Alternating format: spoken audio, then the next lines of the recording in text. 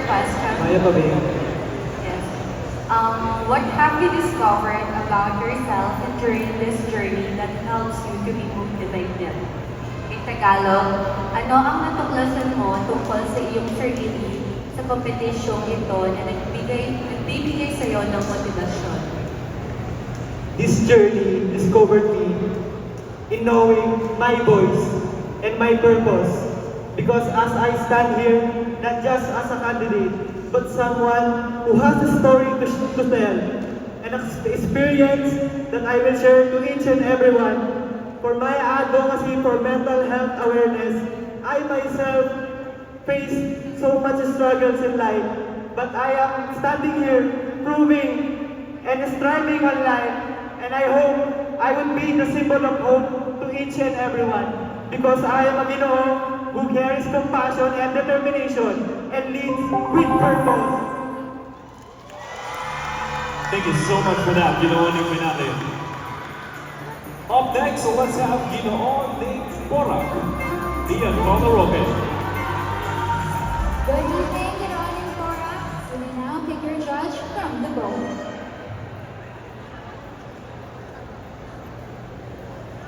Your judge is Mr. Dovier Cornelia.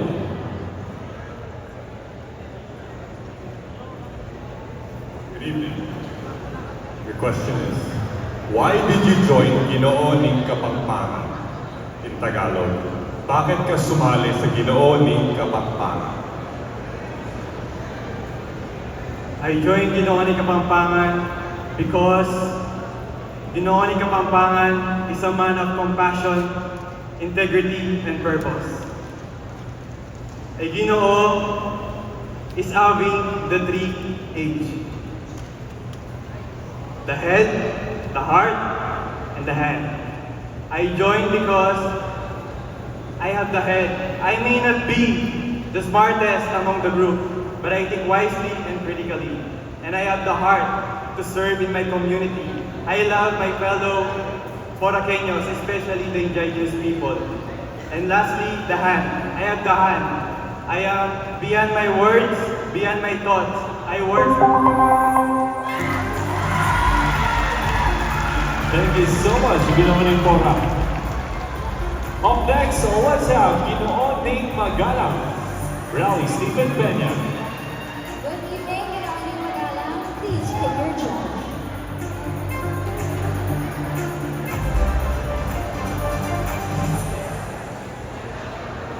Your judge is Engineer Charles Luto.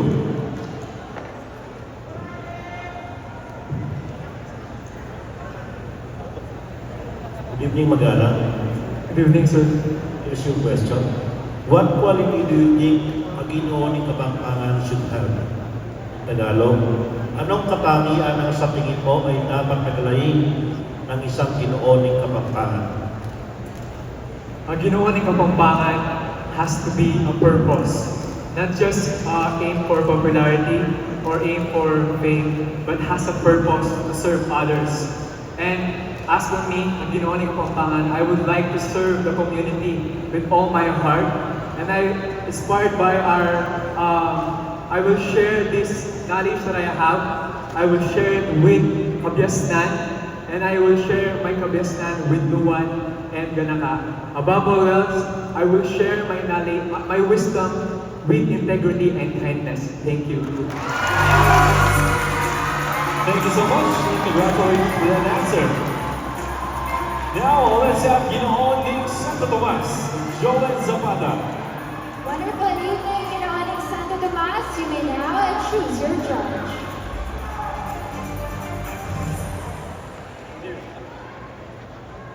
Your judge is Mr. Domio Cornelia. Good evening. Your question is, kind, blessed, or wise? Which among these 3 virtues describes you the most? Mabait, pinagpala, o matalino?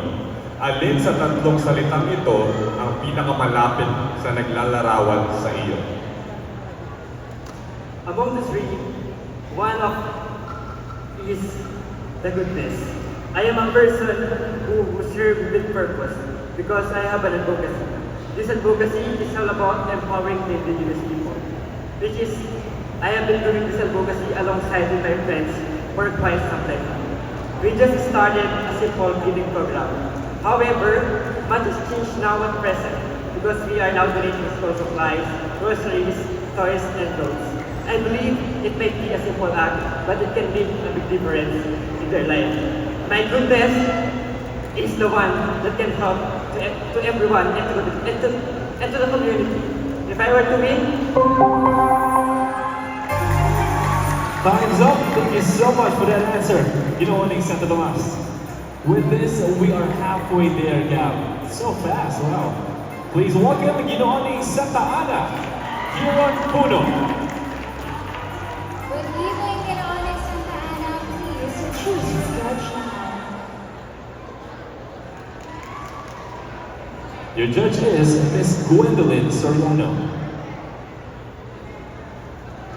Hello, good evening. Here's your question. What do you think is the essence of Ginooning Kapampangan? In Tagalog, ano sa tingin mo ang esensya ng Ginooning Kapampangan? for me, Ginooning Kapampangan must embody the essence of integrity, respect, and character. Because as a Ginooning Kapampangan, I want to show that our Kabalens always walk with a purpose, but always grounded with humility, but we're always fueled with authenticity. And as a Kapampangan, our culture and identity is always here in my pride and my soul. Thank you. Thank you so much for that. Up next, let's have Ginooning Saswan. Go Andre Tumon. Wonderful evening, Ginoong Saswan. You may now choose your judge. Your judge is Mr. Lloyd Christopher David. Hi, I am Benny. Your question is, what makes you proud to be a Ginooning Kapampangan? In Tagalog, ano ang ipinagmamalaki mo bilang isang kandidato ng Ginooning Kapampangan? I think it is the core values of Ginooning Kapampangan. I am proud because I am a Ganaka, Dual, and Kabyasnan. And Ganaka is goodness. I am a good person. And Dual, I am a man of discipline because my advocacy is sports development. And I became disciplined with this. And lastly is Kabyasnan, or intelligence for me. Intelligence for me is understanding the culture and tradition here in Pampanga. And I embody this in my everyday life. Thank you. Thank you for that, Ginooning Saswan. Up next, let's have Ginooning Angeles City, Charles Brian Rojas. Good evening, Ginoong Angeles City. You may now choose your judge from the vote. Let's have Mr. Kenneth Marcelino.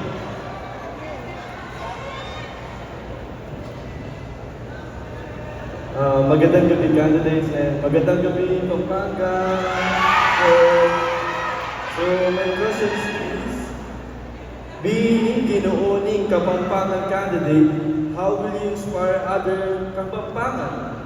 In Tagalog, bilang isang kandidato ng Ginooning Kapampangan, paano ka makakapagbigay ng inspirasyon sa kapwa mo? Bibigyan ko po sila ng inspirasyon tulad ng aking ginagawa dahil ako ay natatakot dahil sa patimpalang na ito ako biggest fear ko po talaga itong pagsali ng pageant, pero may inspire ko po yung ibang tao para sumali din po sa patimpalak na ganito dahil ang takot po ay ano lang sa utak, pero kailangan po nating labanan at may inspire ko po sila na sumali po ng Ginooning Kapampangan sa susunod na patimpalak. Kaya nandito po ako para mag-inspire ng mga kabataan na ang hiya at pagdududa sa sarili ay hindi lang para sa iyong pagkatao. Yun lang po. Salamat. Thank you for that, Ginooning Angeles City. We're almost there. Calling our 8 semi-finalists, Ginooning Macabebe, Charles Jordan Mondo. Good evening, Ginooning Makabebe. You may now choose your judge. Your judge is Mr. Felix Nino Asuncion. Maya Pabeni, your question is, what is the best lesson you learned from joining this pageant? Sa Tagalog, ano ang pinakamahalagang aral na natutunan mo sa pagsali sa pageant na ito?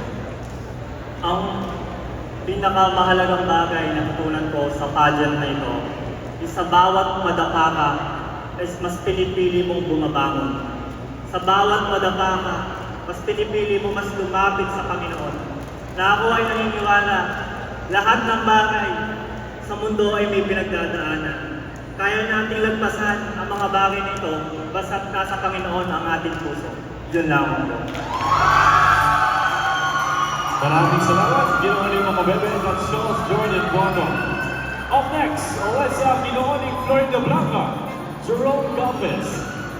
Good evening, Ginooning Florida Blanca. You may now choose your judge.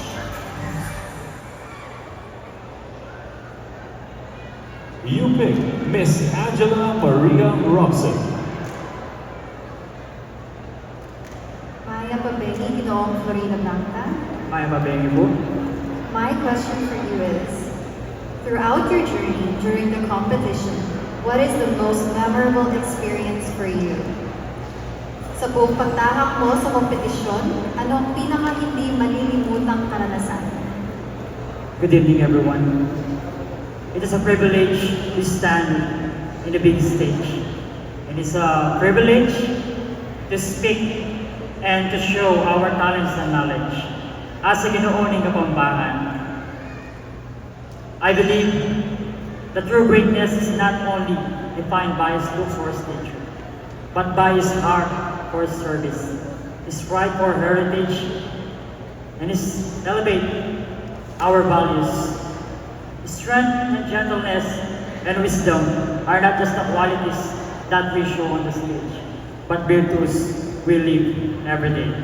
Luigia in Florida Blanca, Luigia in Pampanga. Thank you for that answer. Last but definitely not the least, let's have Ginooning Lubao, Patrick Clay Gigante.